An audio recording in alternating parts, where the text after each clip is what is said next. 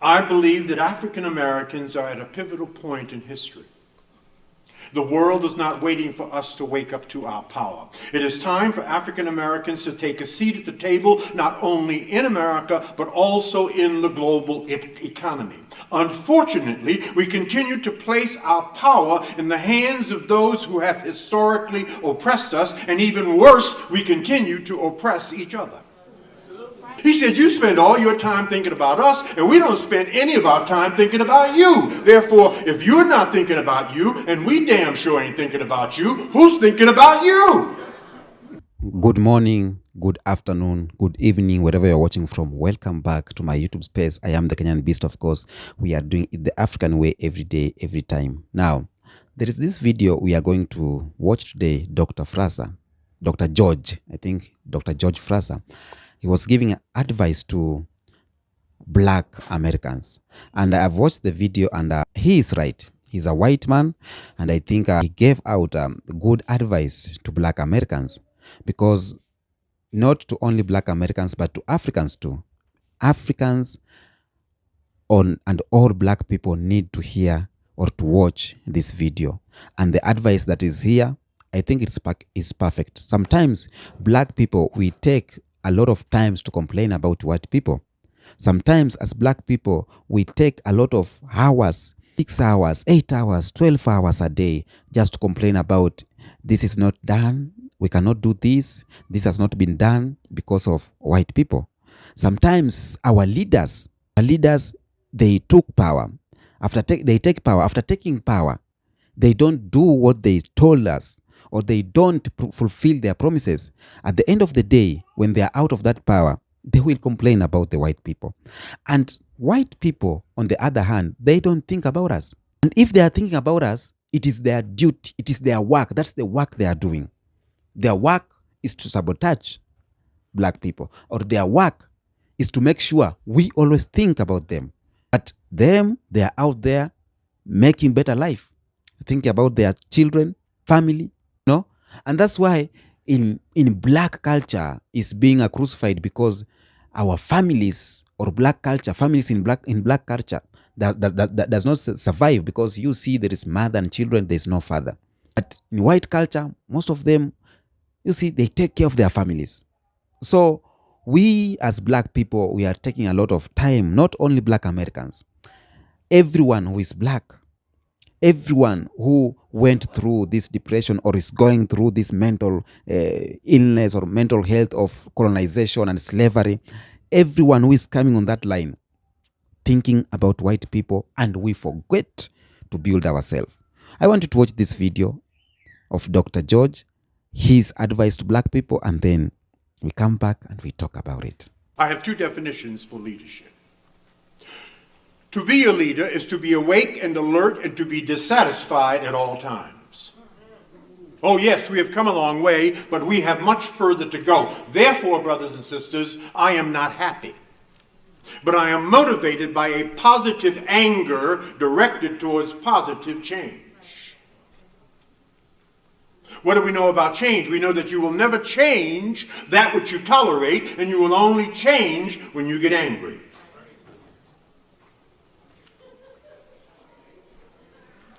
Obviously, Black people are not quite angry enough. So we will continue to experience pain, death, and social injustice until we stop it, until we act, until we get angry.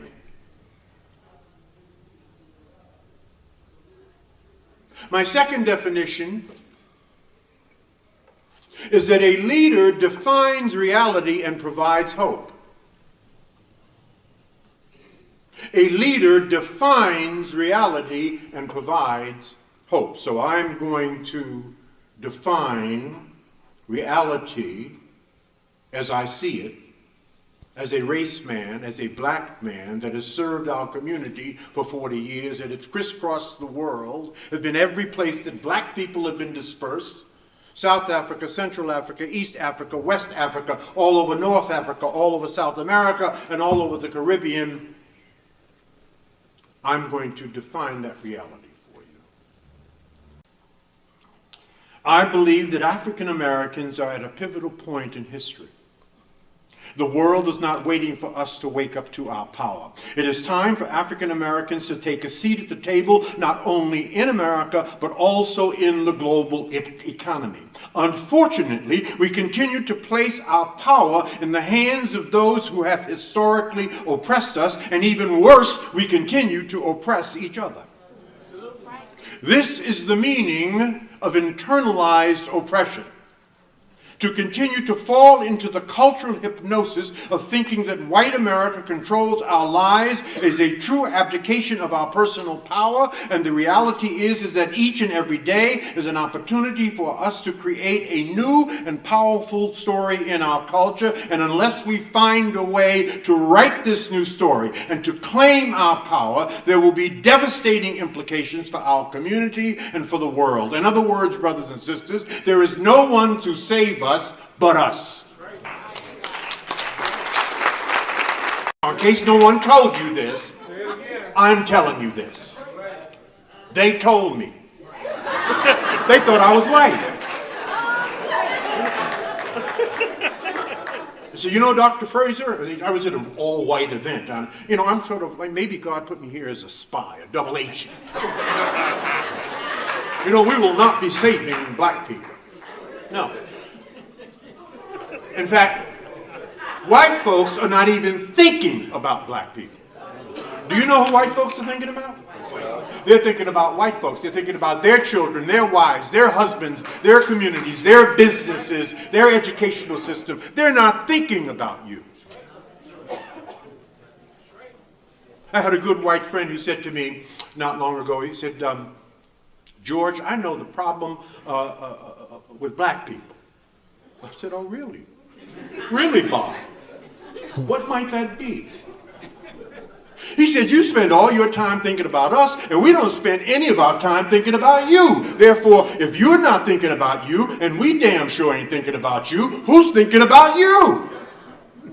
Well, I had to do a Holy Ghost dance. I had no response.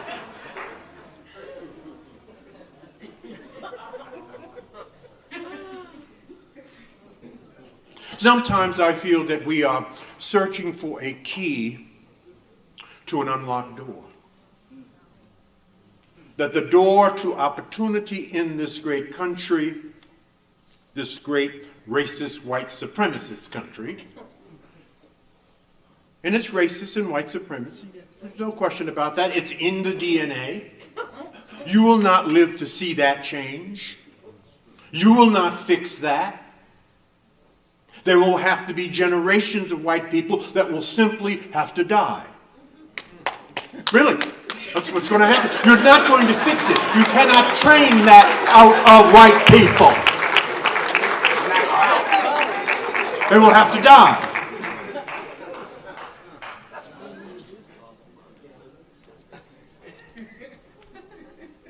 So we have our work to do. Because there is more opportunity than we have the capacity to take advantage of. We just have to, as Dr. Watkins says, we just have to begin to think that way. The great Dr. Francis Cress Welsing left us with this, and I quote, we wonder why we cannot, and we wonder why we're not making progress. We wonder why we're not making progress. This is Dr. Francis Cress Welsing. And then she went on to say, I can't call myself a bitch, a hoe, a nigger, a gangster, and a thug every day and then get up and do something constructive. That's impossible. Right. The great rapper Kendrick Lamar said it a little bit differently. And I quote, how can you fight for love on behalf of your people when you can barely find a reason to love yourself? Kendrick Lamar.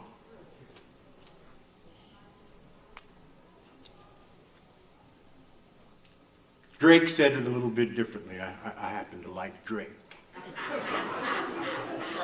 I like the way he put this. I like the way he spit this out. And he said, started from the bottom, now I'm here. Started from the bottom, now I'm here. Absolutely, I can relate to that. Born in Brooklyn, New York, in Bed-Stuy. We have lost our consciousness.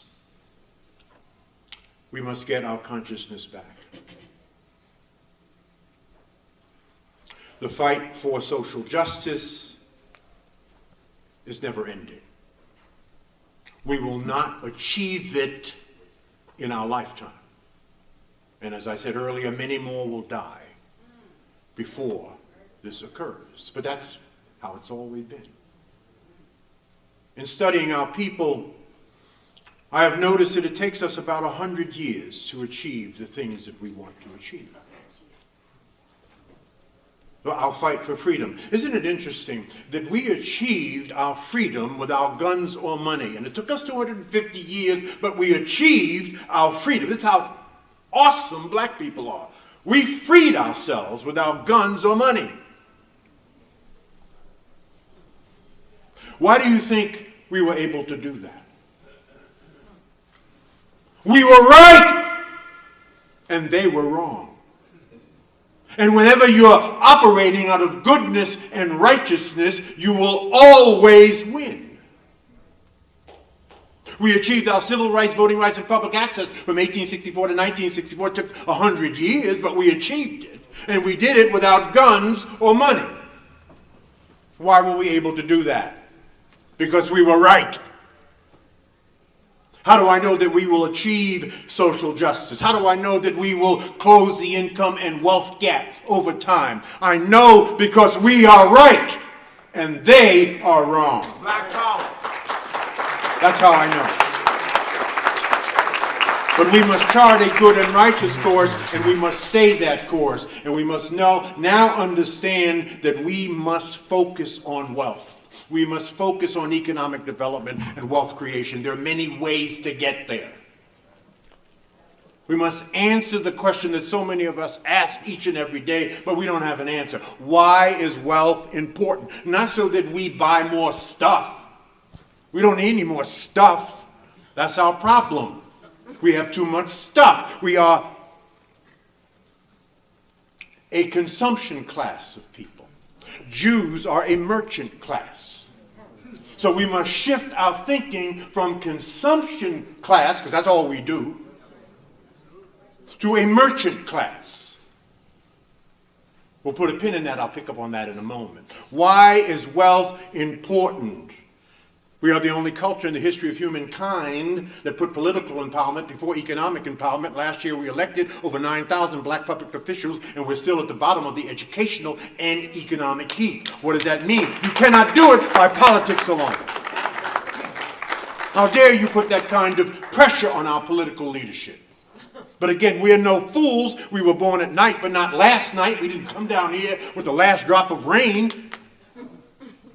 We know that we're all impacted by public policy, and yes, we're all impacted by the politics of inclusion. And yes, we must continue to use the power of our vote to empower those who empower us.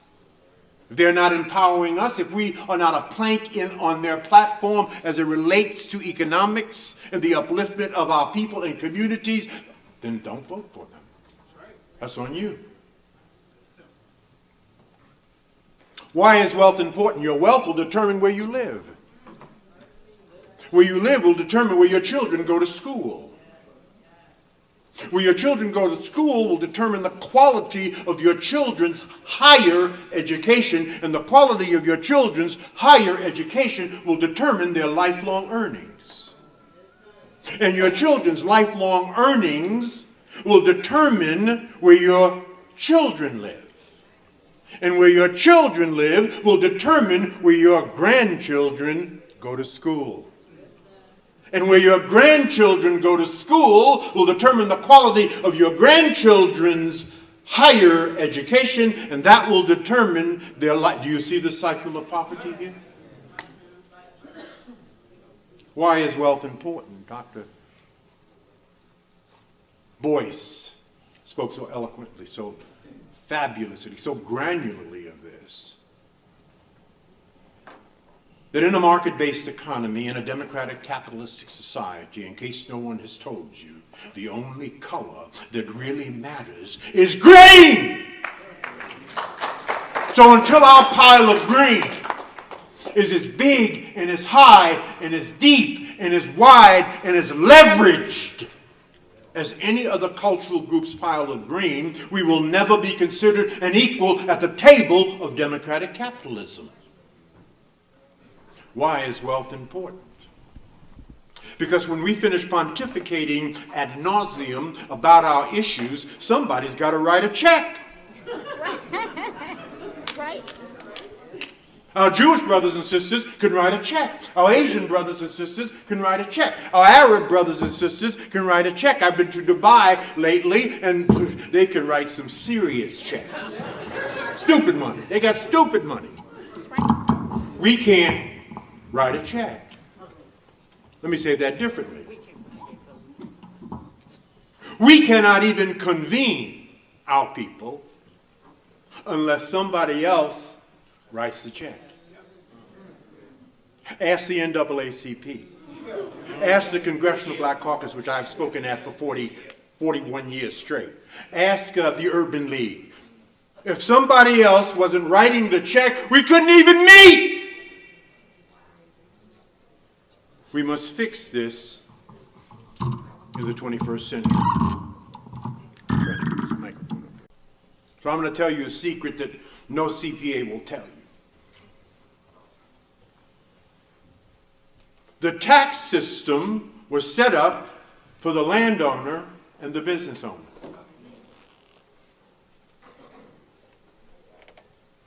The landowner and the business owner. So if we don't own land, and we own the fewest number of homes per capita of any cultural group in this country, and we came over here on the Mayflower, and we don't own businesses, and we own the fewest number of businesses per capita of any cultural group in this country. And again, we came over here on the Mayflower. You cannot fully exploit the American tax system. The American tax system will exploit you.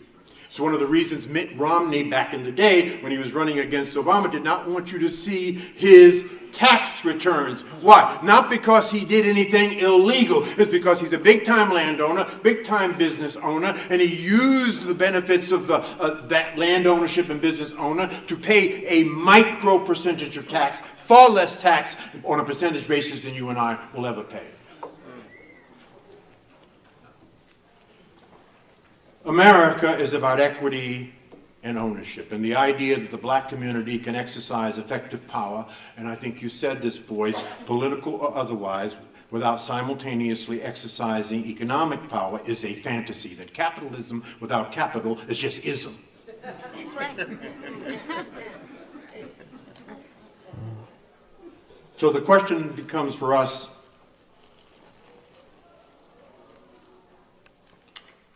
or the statement, there can be no collective will and vision without a strong sense of identity, and there can be no strong sense of identity without a unifying purpose. So the question then is, what are we unified around? What is the next big thing? What is the third and final moral imperative and moral assignment? The first two, freedom. The second was civil rights, voting rights, and public access. The third, as far as I'm concerned, is economic development, wealth creation, closing of the income and wealth gap. So, because when we look at the world today, we will see that powerful nations and powerful people are producing people and not just consuming people. And as I've often said in my many speeches around the country, you cannot consume yourself into equality, and you cannot consume yourself into power.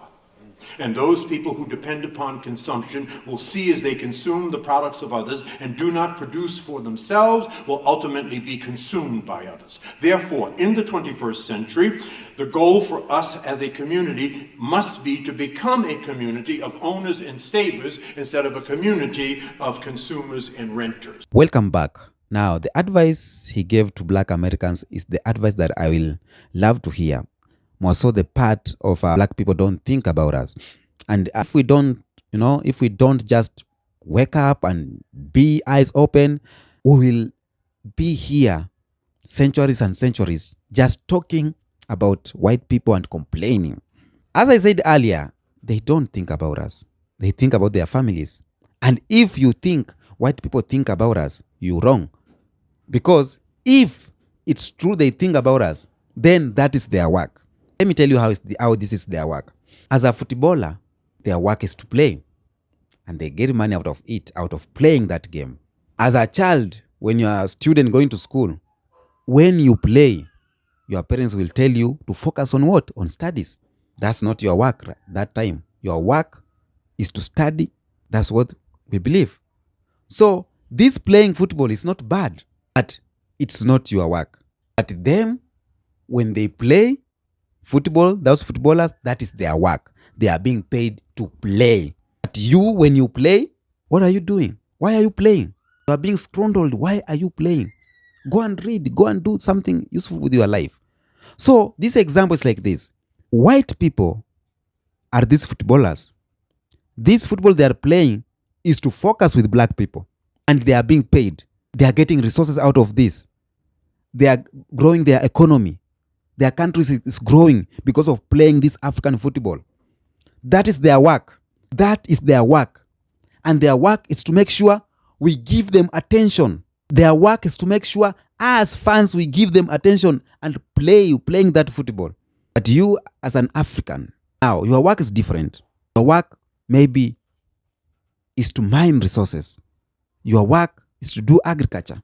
But you have left your work, you are focusing on that football, watching that white people football. So we keep on complaining about, oh, Manchester, Arsenal, doing blah, blah, blah. We complain. But that's not our work. We have left what we're supposed to do to make our country better. And we are focusing on what white people are doing to us. And that's what they want. They want us to confuse ourselves by talking about them, by thinking about they are the one who are making our life bad, by thinking about they are the one who, when you stand today and you decide, you know what, I'm building or I'm opening my store here in LA. I'm opening my store here in, just a state in America. You decide and you start.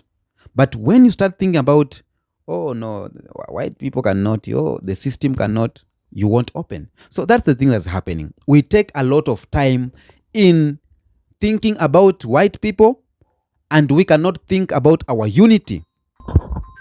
Hello. Poa. Niko shoot, sinimalize tu kwanza. Hello? 150K. Okay, so now, where was I? We take a lot of time thinking about white people. We forget our unity. We forget to strengthen our economy. We forget everything because we only think about, are they sabotaging us? Will they do this to us? Will they do this? Or we are doing this. So we spend a lot of time on them, and that is what they love. Don't quote me bad.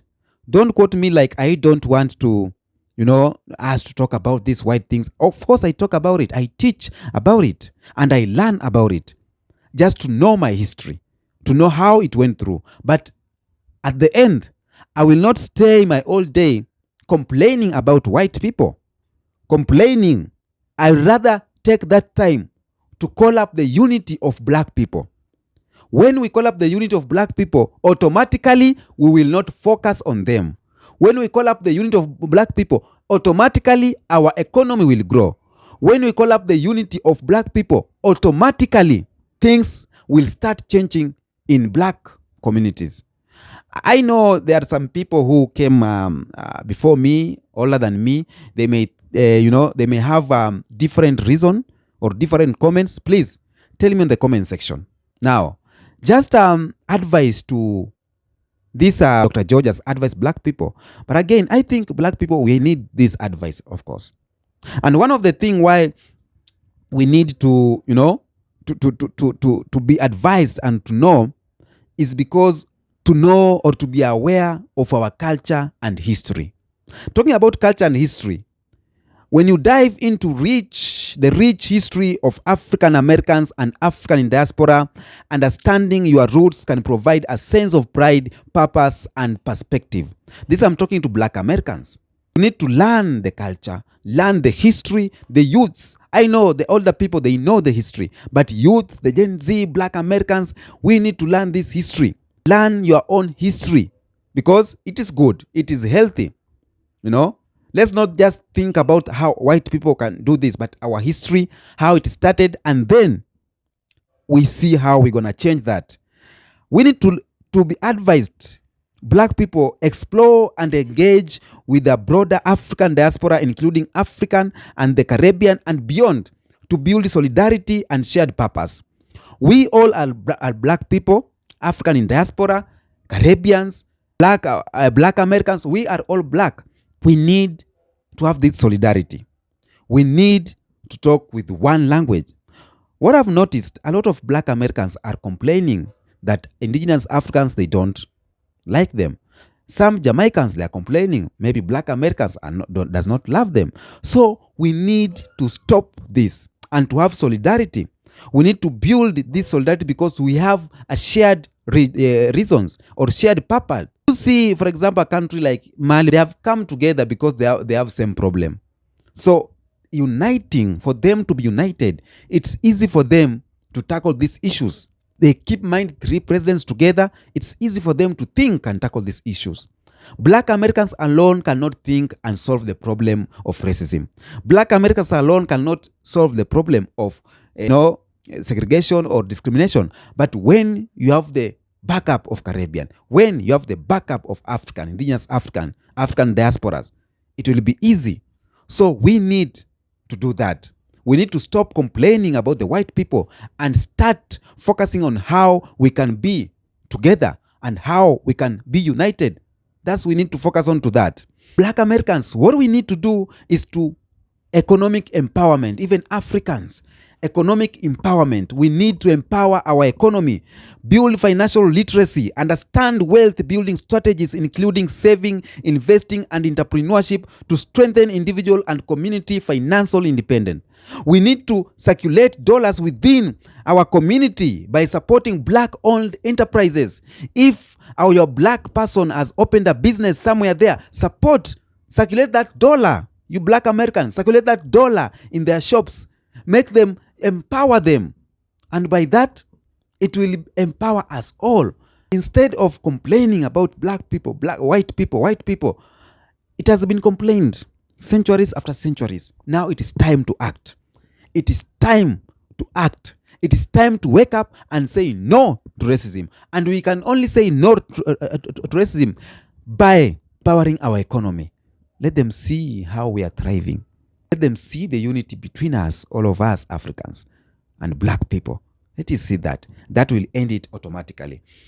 Be advised, to invest in education, to focus in health and wellness. When we are educated, it is important to black families. A lot of black people across some Ghanaians or Nigerians. Some people are saying, or someone from Ethiopia or Kenya, that's the most educated, and that's why in these countries like Britain, they want some people like them, and that's why you see British people complaining that you are bringing immigrants and us, we are not getting that job because they are fitted for that job. Now, if we are educated, doctors, teachers, we can conquer everywhere in the world, and that will make us end this issue of talking about white people. Now, community engagement. Be advised. Get political active, mentor and build bridges. Share knowledge and opportunities with the younger generation to strengthen the community foundation. Like for me, I love all the black Americans and Jamaicans, Caribbeans who are in my inbox every now trying to teach me. You are giving me, a lot in my mind. Like the knowledge you are giving me, I love that. Big up to Chief Zulu. That guy, you are blessed because you have taught me a lot. Big up to Michael from Jamaica. Big up to everyone who is trying to educate me there on social media. Big up to Stephanie from Grenada. You're teaching me a lot. So I am learning a lot from Caribbeans and black people and black Americans. I am learning a lot from them. And that's why what we need to do. Our youths need to get educated. Our youths need to know what transpired and what changed. We don't need to teach our youth how to hate them, but we need to teach our youth how to conquer them, how to overcome them, how to end discrimination. That's what we need to teach our youths. And if you are a white person watching this video, same happens to you. You need to teach the white children not to hate, because that's all that is remaining. Because black people out here are coming with a banger. So if as a white friend you still hating, you still have this racist and something, you will fall into troubles, because the massive hit that is coming with this new wave, I don't know if you will sustain it. Now, we need to explore Africa as black Americans. Instead of complaining, and because the media have told you this, the media have said this, you need to explore Africa. Consider connecting with Africa through travel, cultural exchange, and investment opportunities. Africa is a significant part of the global black narrative and offer immense potential for collaboration. Collaborate internationally, build alliances with other marginalized groups globally to fight systematic oppression and promotion of natural or we call it mutual progress. That's what we need to do. And Africa too is spiritual. You need to visit Africa. It is spiritual too. You as a black American. That is my advice to you black Americans. I know I'm young, I'm a youth. I cannot give you advice, but few things I've said, maybe it can help somewhere. Not black Americans only, Africans in diaspora, Caribbeans and Africans at large. We don't need to complain. We need to have unity. That's what we need to do. Because this complaint we are saying every day, that's what the white people want. That's their job. Their job is to play our mind and them to continue getting rich. Let's watch out. Tell me what you think on the comment section about this video. Until next episode, I love you so much. Thank you for 40K subscribers, and peace be with you.